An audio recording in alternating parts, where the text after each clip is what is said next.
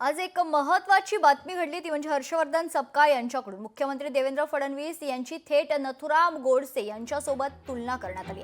नथुराम गोडसे यांना जशी शांत डोक्याने महात्मा गांधी यांची हत्या केली तसंच शांत डोक्याने देवेंद्र फडणवीस भांडण लावतात। पत्रकार परिषदेमध्ये काँग्रेसचे प्रदेशाध्यक्ष हर्षवर्धन सपकाळ यांचं वादग्रस्त वक्तव्य पाहायला मिळते।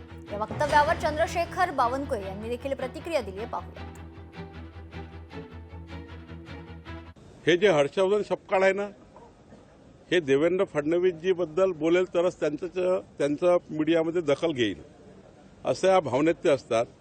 ते मोदीजीवर टीका करतात, देवेंद्रजीवर टीका करतात, पण खाली वर्ग बघितला पाहिजे।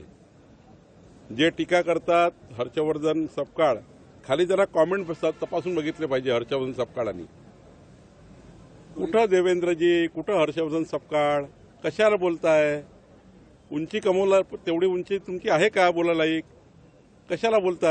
मला वाटतं ज्या ठिकाणी पूर्णच काँग्रेस साफ झाली आणि आता हे तोंडाच्या वाफा फेकतात आहे, काही अर्थ नाही आहे।